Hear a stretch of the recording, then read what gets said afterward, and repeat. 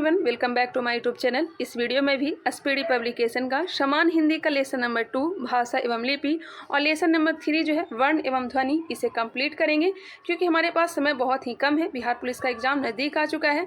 तो सबसे पहले इसका डिटेल, उसके बाद ऑब्जेक्टिव क्वेश्चन देख सकते हैं। 85 ऑब्जेक्टिव क्वेश्चन दिया गया है।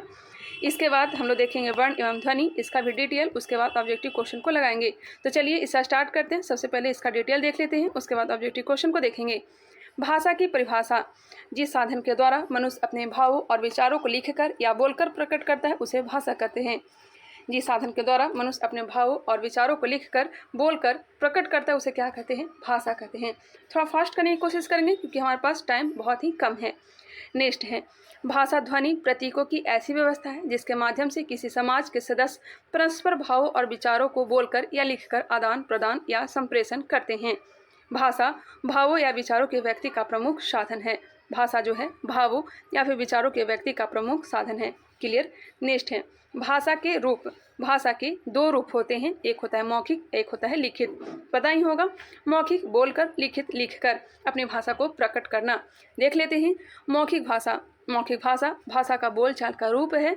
इस भाषा की आधारभूत इकाई ध्वनि है। इस भाषा का प्रयोग प्रायः तभी किया जाता है जब श्रोता वक्ता के आमने सामने होता है। पता ही होगा। नेक्स्ट है लिखित भाषा। भाषा का लिखित रूप लिखित भाषा कहलाती है। इस भाषा की आधारभूत इकाई क्या है? वर्ण है। आधारभूत इकाई क्या है? वर्ण है। मौखिक में क्या था? ध्वनि था। और यहाँ पे कौन है? तो यह वर्ण है। यह भाषा का अस्थायी रूप है जिसमें हम अपने भावों विचारों को अपने आने वाली पीढ़ियों के लिए सुरक्षित रख सकते हैं।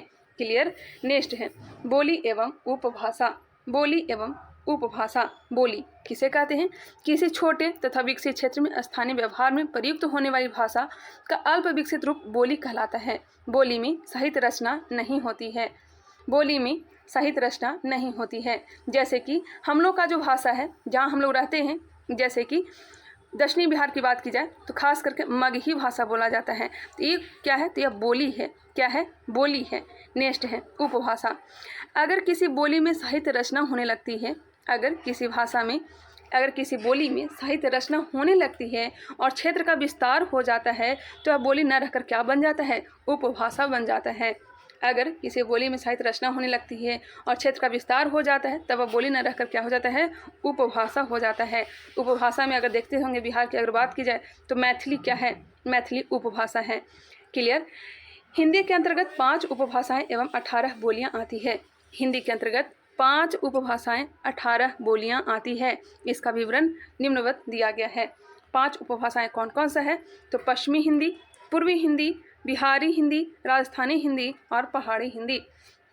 देखिए पश्चिमी हिंदी में कौन कौन सा बोली आता है? तो पश्चिमी हिंदी में ब्रजभाषा, कन्नौजी, बुंदेली, बांगरू, खड़ी बोली, यह सब बोला जाता है कहाँ? हरियाणा और उत्तर प्रदेश में।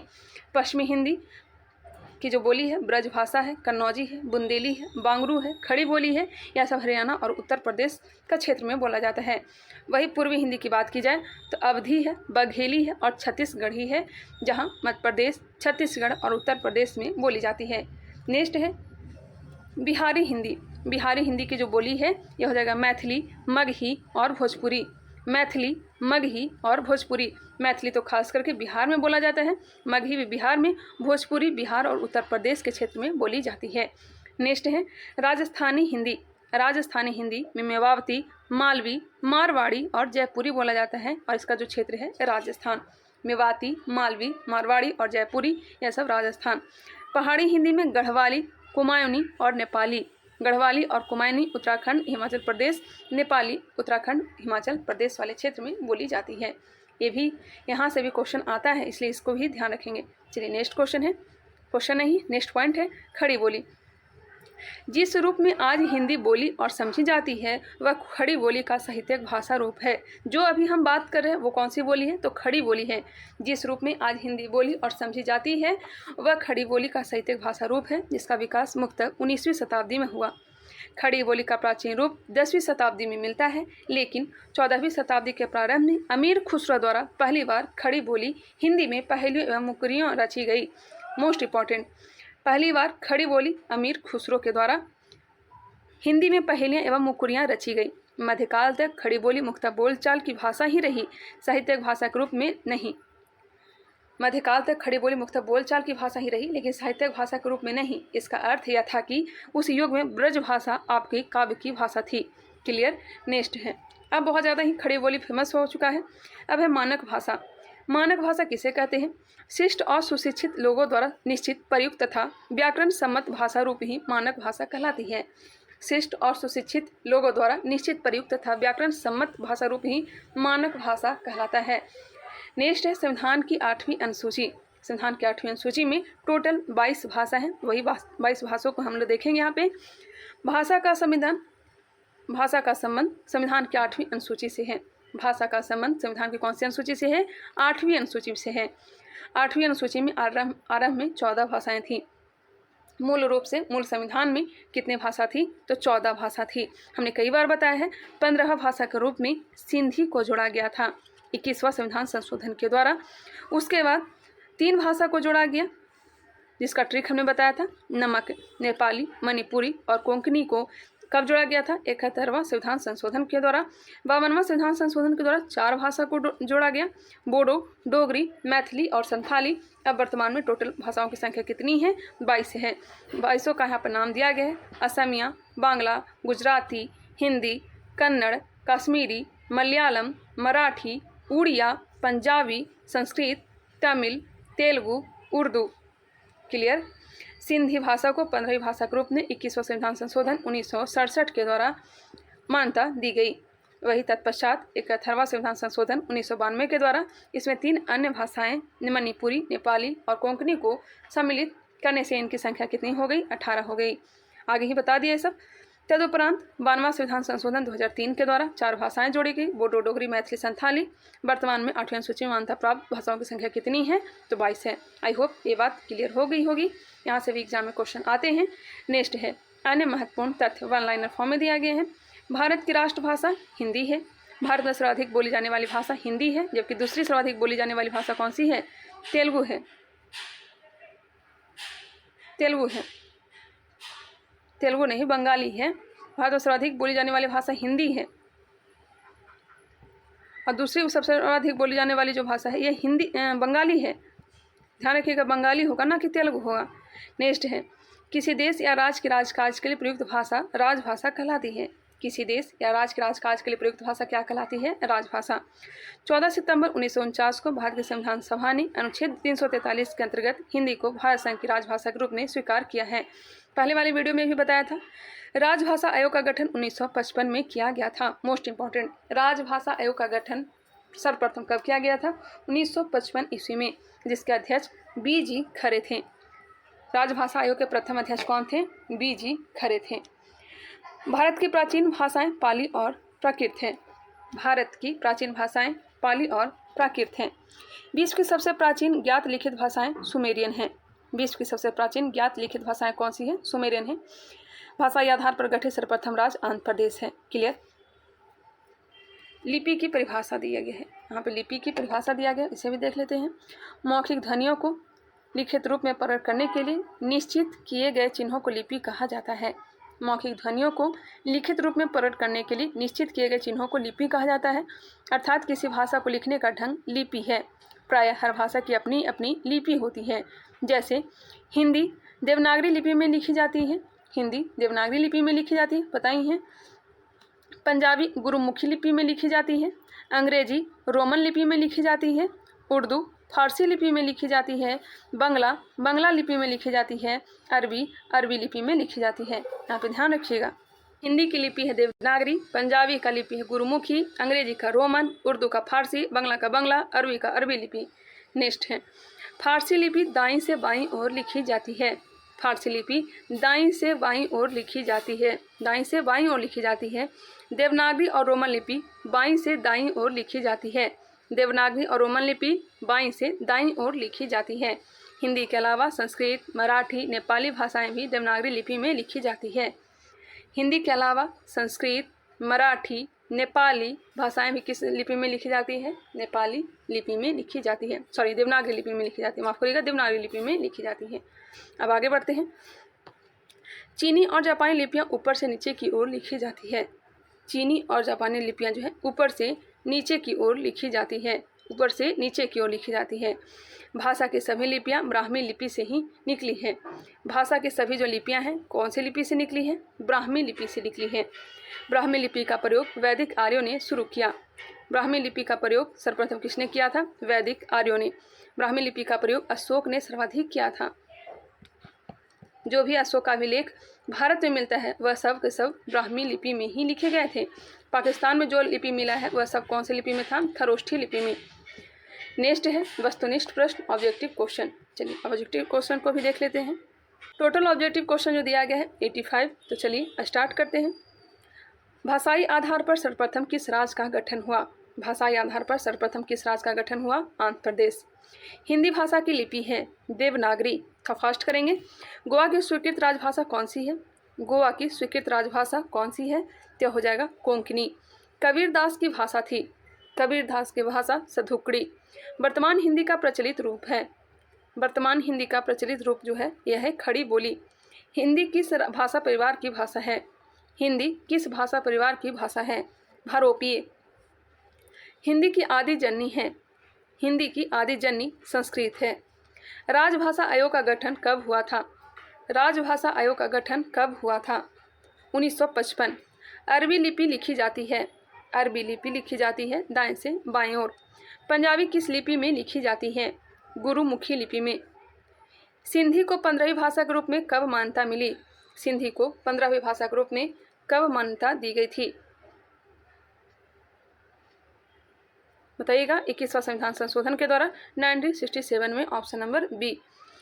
वर्तमान में 8वीं अनुसूची में कुल कितनी भाषाएं हैं? 8वीं अनुसूची में टोटल 22 भाषा हैं। विश्व की सबसे प्राचीन भाषाएं हैं। विश्व की सबसे प्राचीन भाषा सुमेरियन। राजभाषा आयोग के प्रथम अध्यक्ष कौन थे? राजभाषा आयोग के प्रथम अध्यक्ष बी.जी. खरे थे। B G. Kher. Question number 15। Bharat में सर्वाधिक बोली जाने वाली दूसरी भाषा कौन सी है? भारत में सर्वाधिक बोली जाने वाली दूसरी भाषा कौन सी है? तो दूसरी भाषा होनी चाहिए बांग्ला। Option number B. देव भाषा कौन सी है? देव भाषा संस्कृत है। ब्रज भाषा किस लिपि में लिखी जाती है?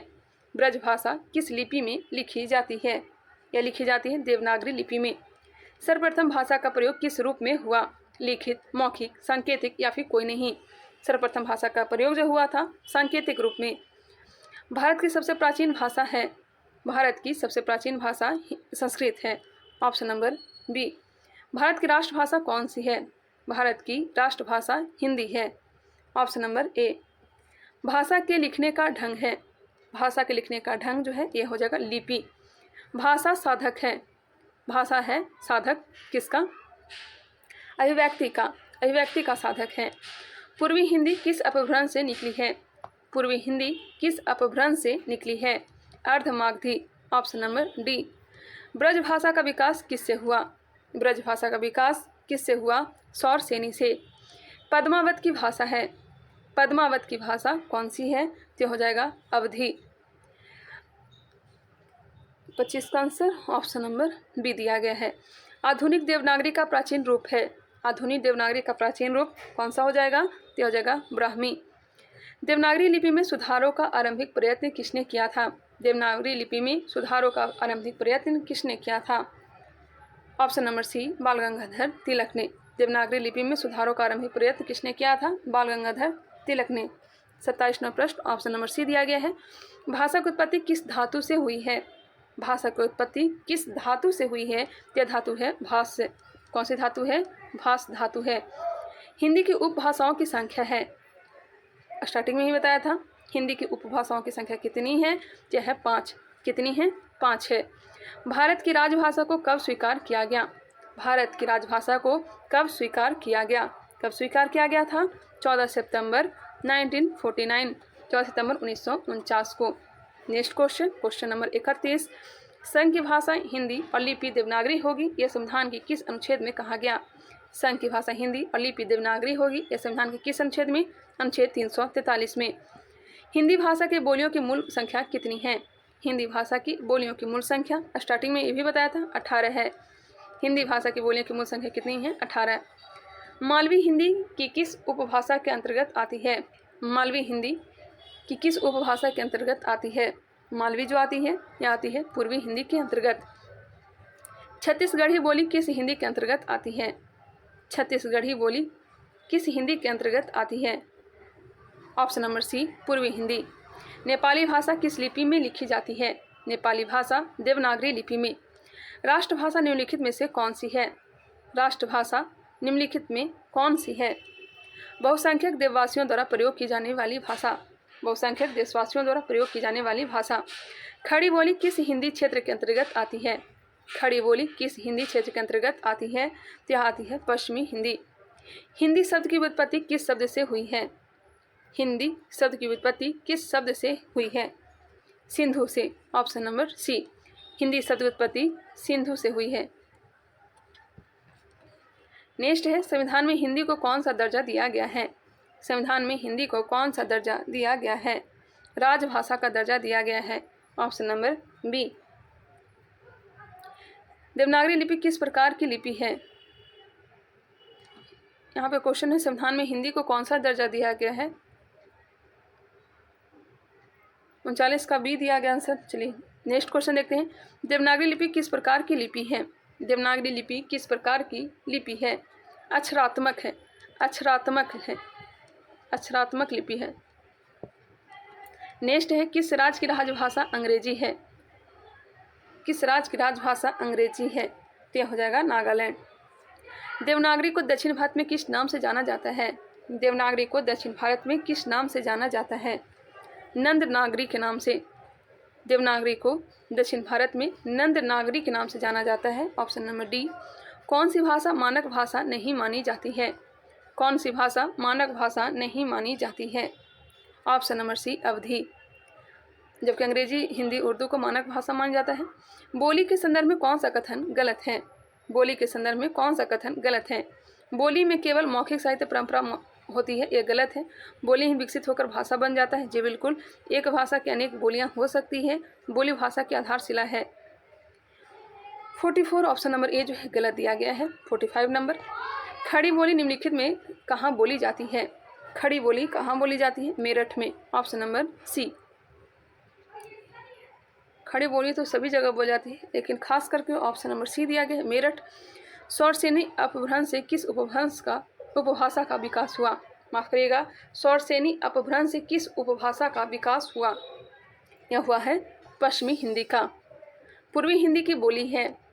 पूर्वी हिंदी की बोली बघेली है। बघेली। राजस्थानी उपभाषा में कितनी बोलियां हैं? राजस्थानी उपभाषा में कितनी बोलियां हैं? 4। ये सब आगे मैंने करवाया है, उसे आप लोग ध्यान से देख लीजिएगा। देवनागरी लिपि का विकास किस लिपि में हुआ है? देवनागरी लिपि का विकास किस लिपि में हुआ है? ब्राह्मी लिपि। Option number B. Khari Boli का उद्भव अपभ्रंश के किस रूप में हुआ? खड़ी बोली का उद्भव अपभ्रंश के किस रूप में हुआ? शौरसेनी का उत्तरी रूप में। शौरसेनी का उत्तरी रूप में। खड़ी बोली का सर्वाधिक उपयुक्त प्राचीन नाम है। खड़ी बोली का सर्वाधिक उपयुक्त प्राचीन नाम कौन सा है? तो हो जाएगा रेखता। रेखता। हिंदी साहित्य का इतिहास कितने कालखंडों में विभाजित है? हिंदी साहित्य का इतिहास कितने कालखंडों में विभाजित है? 4 खंडों में। पृथ्वीराज रासो किस भाषा में रचित है? पृथ्वीराज रासो जो है यह ब्रज भाषा में। नेक्स्ट है हिंदी साहित्य के आदिकाल को अपभ्रंश काल किसने कहा? हिंदी साहित्य के आदिकाल को अपभ्रंश काल किसने कहा? यह कहा था डॉक्टर धीरेन्द्र वर्मा और Chandradhar Sharma Guleri. Doctor Dhirendra Verma, Chandradhar Sharma Guleri. Option number D होगा। आदिकाल में खड़ी बोली में रचना किसने पहले की? आदिकाल में खड़ी बोली में रचना किसने पहले की? यह की थी अमीर खुसरो ने। शुक्ल जी ने हिंदी का प्रथम महाकवि किसको माना है? शुक्ला जी ने हिंदी का प्रथम महाकवि किसको माना है? चंद्रवरदाई को। Option number D. हिंदी की प्रथम साहित्यिक रचना है। हिंदी की प्रथम साहित्यिक रचना है चंद्रवरदाई कृत पृथ्वीराज रासो। हिंदी का प्रथम महाकाव्य है। हिंदी का प्रथम महाकाव्य पृथ्वीराज रासो है। ऑप्शन नंबर बी दिया गया है। हिंदी का प्रथम कवि हैं। हिंदी का प्रथम कवि सरहपाद हैं। सरहपाद हैं। चलिए नेक्स्ट क्वेश्चन नंबर 60। हिंदी का प्रथम बड़ा महाकाव्य कौन सा है? हिंदी का प्रथम बड़ा महाकाव्य तो हो जाएगा पद्मावत। 12 मासा का वर्णन सर्वप्रथम किस ग्रंथ में मिलता है? बारहमासा का वर्णन सर्वप्रथम किस ग्रंथ में मिलता है? Option number A Visal Dev Raso, Visal Dev Raso में। हिंदी गीति काव्य का जनक कौन कवि हैं? हिंदी गीति काव्य का जनक कौन कवि हैं? विद्यापति। भारत में सर्वाधिक बोली जाने वाली भाषा कौन सी है? भारत में सर्वाधिक बोली जाने वाली भाषा हिंदी है। हिंदी भाषा का जन्म हुआ है। हिंदी भाषा का जन्म अपभ्रंश से हुआ है। अपभ्रंश से। अगर ऑप्शन में अपभ्रंश नहीं होता वैदिक संस्कृत टिक कर सकते थे। क्वेश्चन नंबर 65, भारतवर्ष में हिंदी को आप किस वर्ग में रखेंगे? भारतवर्ष में हिंदी को आप किस वर्ग में रखेंगे? इसे रखेंगे राजभाषा के वर्ग में। ऑप्शन नंबर ए। निम्नलिखित में से कौन सी भाषा संस्कृत भाषा की अपभ्रंश है? संस्कृत भाषा की अपभ्रंश जो हो जाएगा यह हो जाएगा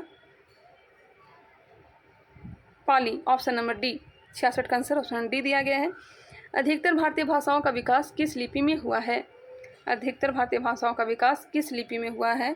यह लिपि है ब्राह्मी लिपि। भारतीय संविधान में किन अनुच्छेदों में राजभाषा संबंधी प्रावधानों का उल्लेख है?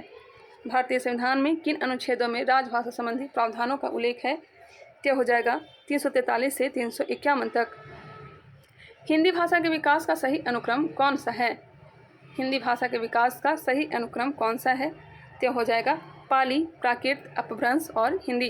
पहले पाली, उसके बाद प्राकृत, प्राकृत के बाद अपभ्रंश, अपभ्रंश के बाद हिंदी। ये क्रम जो है याद रखिएगा, अपभ्रंश के बाद हिंदी। नेक्स्ट है संविधान के अनुच्छेद 351 में किस विषय का वर्णन है? अनुच्छेद 351 में किस विषय का वर्णन किया गया है? हिंदी के विकास के लिए निर्देश। हिंदी के विकास के लिए निर्देश। ब्रज भाषा क्या है? ब्रज भाषा पश्चिमी Hindi. Option number B. Magahi किस उपभाषा की बोली है?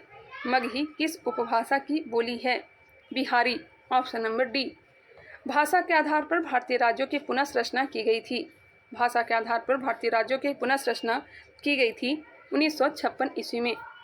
किस तिथि को हिंदी को राजभाषा बनाने का निर्णय लिया गया? हिंदी को राजभाषा बनाने का निर्णय कब लिया गया? यह लिया गया है 14 सितंबर 1949 ईस्वी को। 8वां विश्व हिंदी सम्मेलन 2007 का आयोजन स्थल है। 8वां विश्व हिंदी सम्मेलन 2007। 8वां कहाँ हुआ था? यह हुआ था 10वां तो हुआ है भोपाल, और यहाँ पूछा जा रहा है 8वां। इसका ऑप्शन देख लेते हैं। 75 का आंसर हो जाएगा ऑप्शन नंबर डी, न्यूयॉर्क। मौखिक भाषा की आधारभूत इकाई क्या है? मौखिक भाषा की आधारभूत इकाई क्या है? तो मौखिक का हो जाएगा ध्वनि। लिखित भाषा की आधारभूत इकाई क्या हो जाएगा? वर्ण होगा। आगे ही सब हो चुका है। मानक हिंदी से क्या तात्पर्य है? मानक हिंदी का क्या तात्पर्य है? साहित्यिक पुस्तकों की भाषा।